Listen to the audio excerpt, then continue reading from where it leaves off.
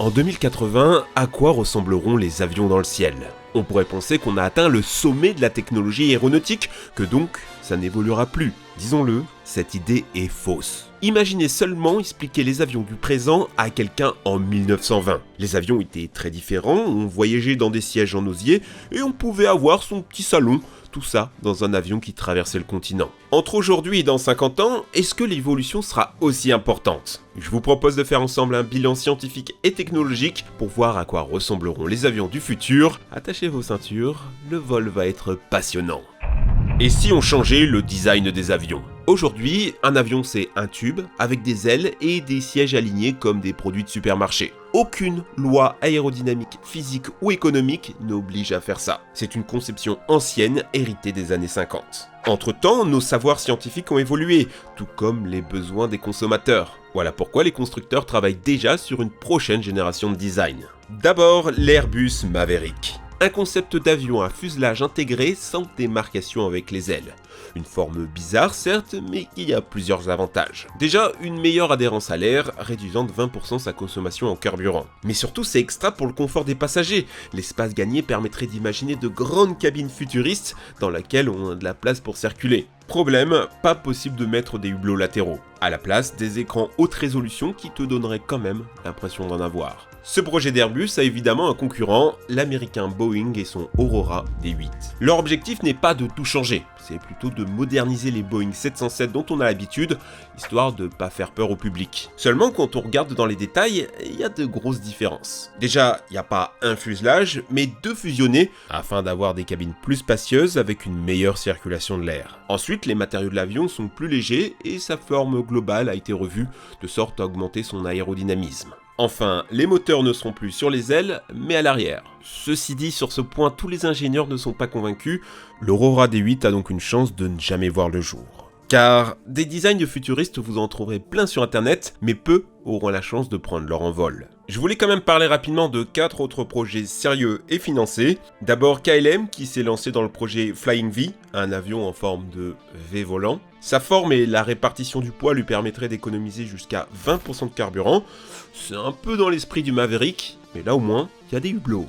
Deuxième projet, le Celera 500L, un croisement entre un avion et un dirigeable. Amélioration de l'écoulement laminaire, donc économie de carburant, très prometteur et déjà prêt à être commercialisé. Troisième projet, l'Airbus Bird of Prey. C'est un peu le rêve d'un avion inspiré de la nature, ici une réplique d'un oiseau de proie. Ça le rend extrêmement manœuvrable, ce qui peut être cool pour des vols de loisirs. Enfin, quatrième projet, celui que je trouve le plus stylé, le concept d'avion à fuselage intégré d'APH. On retrouve cette forme en V qui semble intéresser beaucoup de constructeurs, peut-être là les futures formes qui traverseront le ciel de 2080. Comment rendre l'avion le plus confortable possible? À peine assis sur votre siège, vous le sentez, le voyage va être long. Le confort est un énorme défaut des avions de ligne actuels, et pour le futur, on a des solutions. Il y en a qui essayent de reproduire le confort d'un siège de cinéma, mais d'autres vont plus loin en imaginant des sortes de cocons, des cabines où on voyagerait allongé, le tout sur 2 étages pour ne pas perdre en place. Au contraire, pour les voyages plus courts, on aurait des sièges debout, ce qui permettrait de réduire le prix du billet.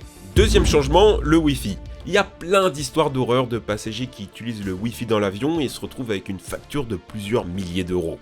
D'autres oublient d'éteindre leur portable et se retrouvent avec 300 $ de 4G. Pourquoi c'est si cher? Équiper un avion de Wi-Fi coûte près d'un demi-million d'euros. Et les opérateurs se gavent. Une utilisation trop massive des ondes pourrait aussi faire des interférences dangereuses pour la sécurité de l'avion. Mais voilà, les technologies évoluent et c'est de moins en moins le cas. Financièrement, le Wi-Fi permettrait de faire des économies, par exemple en supprimant les écrans sur les sièges. Quasi tout le monde a un téléphone ou un ordinateur portable, on pourrait regarder nos films dessus. Troisième changement, les hublots. Quoi de plus beau que de pouvoir observer le coucher du soleil au-dessus des nuages ou regarder les pics enneigés de montagnes devenus microscopiques. Ainsi, certaines compagnies comme Windspeed Technology ont pensé à créer une plateforme d'observation en verre sur le haut de l'avion. Ça serait magnifique, mais on imagine que la queue serait longue pour y accéder. Alors imaginons d'aller encore plus loin, un avion sans fenêtre. Un avion qui serait un hublot géant. Airbus a publié en 2011 une vidéo qui montrait ce que ça pourrait donner en 2050. Seulement, quand on lit les commentaires, les gens sont pas super emballés. Déjà, ça fait peur, mais surtout, ils attendent de ces compagnies des innovations sur la sécurité et la technologie, pas sur des extravagances. Paris-New York en 1 heure, aura-t-on des avions ultra rapides? Tout le monde a déjà entendu parler du Concorde, un avion anglo-français capable de voler à plus de 2150 km/h. En 1974, on a fait une course entre un Concorde qui partait de Boston et un avion classique 747 qui partait de Paris. Eh bien, le Concorde a été le premier à arriver à Boston. Pas à Paris, à Boston. Ça veut dire qu'il a eu le temps de faire un aller, de prendre un café à l'aéroport et de faire le retour en coursant le 747 pour arriver 11 minutes avant lui. C'est incroyable, sauf que vous avez remarqué, il n'y a plus de Concorde. Et pas seulement à cause du gros accident qu'il y a eu dans les années 2000. Le Concorde avait de gros défauts qui l'auraient condamné quoi qu'il arrive. Déjà en termes d'écologie, c'est une horreur. 12 fois plus de carburant à l'heure qu'un avion classique. Le tout avec une post-combustion au kérosène extrêmement polluante. C'est bien simple, rien qu'au décollage, le Concorde avait besoin de 32 litres de carburant à la seconde. Et cette pollution, elle était aussi sonore. Vous avez déjà entendu, vous, un Concorde décoller ? Un bruit si fort qu'il activait les alarmes des voitures. Et le pire, c'est que quand le Concorde dépassait la vitesse du son, il produisait une onde de choc, le boom supersonique. Un bruit d'explosion qu'on pouvait entendre depuis le sol. Et ça, les États n'aiment pas trop. On l'a vu récemment à Paris. Voilà pourquoi aujourd'hui, les vols supersoniques sont interdits au-dessus de la plupart des territoires. Alors du coup, c'est mort. On arrête la partie ici, l'avion du futur ne sera pas plus rapide. En fait, c'est pas totalement mort. En s'inspirant des avions de chasse les plus modernes et leurs déplacements en super-croisière, on arrive à réduire la dépense en carburant, la post-combustion n'est plus nécessaire, et pour le boom supersonique, on fait du Mach Cutoff. En gros, en volant très haut, le boom n'atteint pas le sol. C'est testé et c'est prouvé avec le X-59 Quest de la NASA. Et vu que les États-Unis sont en pointe sur le sujet, bizarrement, l'interdiction légale de voler en supersonique a sauté en 2020. Un retour du supersonique civil est donc bien prévu. D'abord par les projets de jets privés avec l'Aerion AS-2 et le Spike S-512. Par contre, faut être prêt à sortir 100 millions de dollars s'il y a des gens intéressés. Plus accessible, en 2025, devrait avoir lieu le premier vol de l'Overture, un avion de ligne supersonique pouvant transporter jusqu'à 55 personnes. Ça sera le digne successeur du Concorde, avec beaucoup moins de défauts, que ce soit en écologie, en bruit, mais aussi en prix. 4 fois moins cher que le Concorde. Parce que oui, pour info, un billet de Concorde aller-retour, c'était 8000 €. Si ça venait à être un succès, Boeing pourrait décider de lancer son Nikon 2 ou Lockheed Martin son QSTA. Pour l'instant, c'est juste des projets dans les cartons. Après, 2300 km/h, ça fait quand même 3 heures pour faire Paris-New York. Si on réduisait plutôt ça à 30 minutes. C'est le projet fou d'Elon Musk qui veut faire voyager les gens dans des fusées lancées à 27 000 km/h. Petit problème, et juste pour l'info, un lancement de fusée ça coûte un bon $1 million et la mortalité y est de 1 personne sur 31. De quoi bien refroidir les ardeurs d'un tel projet. Et si l'avenir de l'avion, c'était l'écologie ? Depuis tout à l'heure, on parle de prouesses technologiques. Des avions plus rapides, plus performants, plus beaux, mais cette idéologie de l'Excelsior n'est plus vraiment à la mode. Ce que le monde semble vouloir en 2020, c'est la simplicité et le respect de la nature. Voilà pourquoi est née l'idée de faire des avions en matériaux composites et beaucoup plus petits. Une petitesse qui permettrait de désengorger les aéroports, de faire des économies de carburant et d'assurer le remplissage des avions, histoire de ne pas en faire voler à moitié plein. Mais le cœur du problème, ce qui provoque 3% des émissions de CO2 mondiales, c'est le kérosène des avions. L'idée serait de passer sur une autre énergie et pour ça, 4 pistes sont explorées. Première piste, l'avion solaire. En 2015, le Solar Impulse avait été capable de faire le tour du monde sans aucune goutte de carburant, juste des panneaux solaires. Ça a l'air d'être une bonne idée, vu que les avions volent haut, ils sont toujours alimentés en soleil. Le truc c'est que non, il y a des nuages qui montent plus haut que ces avions, et surtout, il y a la nuit. L'avion devra aller à au moins 1100 km/h pour aller plus vite que le coucher du soleil. Or, l'avion solaire est très lent, il a fallu 5 jours pour faire le tour du monde, avec une seule personne à son bord. Ça reste impressionnant, hein, mais disons-le, l'avion solaire ne sera pas utilisé pour des vols longue distance. Deuxième piste, l'avion électrique. Airbus a tenté d'en développer un avec le E-Fan X. Et ça marche, il y a même eu une traversée de la Manche avec un prototype. Le truc c'est que l'autonomie est relativement faible, pas plus d'1 heure. Pour faire décoller juste un Boeing, il faudrait plus de 150 tonnes de batterie. C'est ce qu'essaye de résoudre le Sealiner, un avion de ligne aux ailes en forme de C, qui permettrait de porter des charges plus lourdes et donc plus de batterie. Mais la vérité c'est que l'avion électrique sera plutôt réservé aux vols courte distance, comme le projet Voltaire, Zero ou le Lilium. Et le Lilium est super intéressant parce que c'est littéralement un taxi volant. Uber, Google et Tencent ont même déjà investi des milliards dans ce type de projet. Et le pire, c'est que c'est même pas de la science-fiction.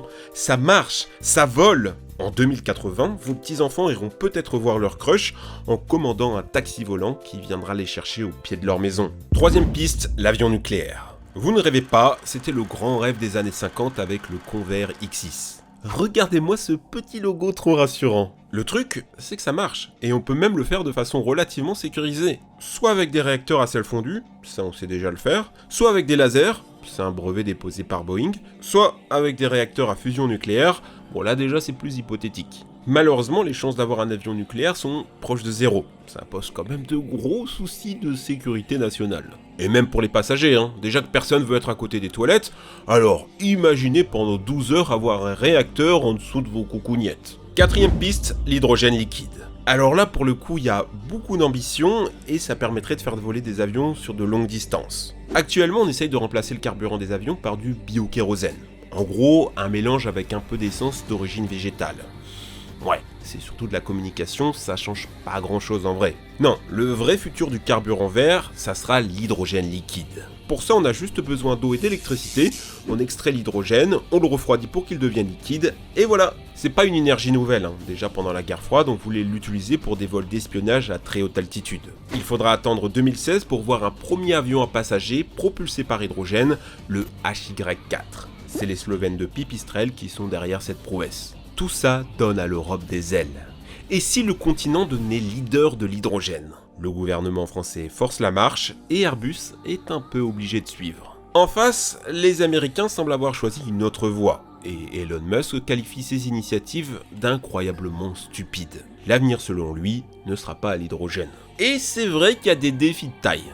L'hydrogène vert est incroyablement énergivore. Si on venait à remplacer tous les avions de l'aéroport Charles de Gaulle par des avions à hydrogène, il faudrait 16 réacteurs nucléaires pour les remplir. Et si le nucléaire vous plaît pas, c'est 18 000 éoliennes ou plus de 1000 km² de panneaux solaires, soit 10 fois la superficie de Paris.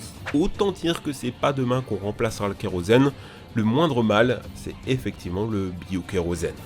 Un avion sans pilote est-il possible dans le futur? Les drones nous l'ont prouvé, un avion peut se piloter sans personne aux commandes. Même nos gros avions de ligne sont en autopilote. Le youtubeur François Calvier nous a d'ailleurs montré que même un passager pouvait faire atterrir un avion. Le rôle du pilote est surtout essentiel au décollage, à l'atterrissage et à la surveillance des paramètres de vol. Il ne reprendra le contrôle manuel qu'en cas de problème, quand l'autopilote galère un peu, comme dans les turbulences. Des choses qu'à terme l'intelligence artificielle saura sûrement résoudre. Et les compagnies aériennes s'en frottent déjà les mains, un pilote expérimenté c'est minimum 15 000 € par mois, sans compter qu'un humain, ça fatigue, pas une machine. Cependant, amis pilotes, n'ayez pas peur. Les avions sans pilote c'est un rêve de commercial, ça ne se produira pas de votre vivant. Selon une enquête de la UBS, seuls 17% des gens oseraient monter dans un avion sans pilote. C'est vrai qu'avec le temps ça peut changer, hein. À une époque, il y avait des conducteurs dans les ascenseurs, aujourd'hui on appuie nous-mêmes sur le bouton et ça monte.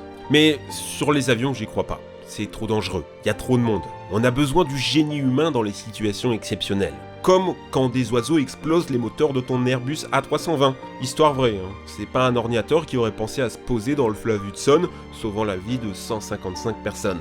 Quid aussi des hackings? Imaginez l'horreur que ça serait d'être dans un avion détourné par un mec au fin fond de la Sibérie, sans que personne ne puisse rien faire. Non, le métier de pilote a encore de beaux jours devant lui.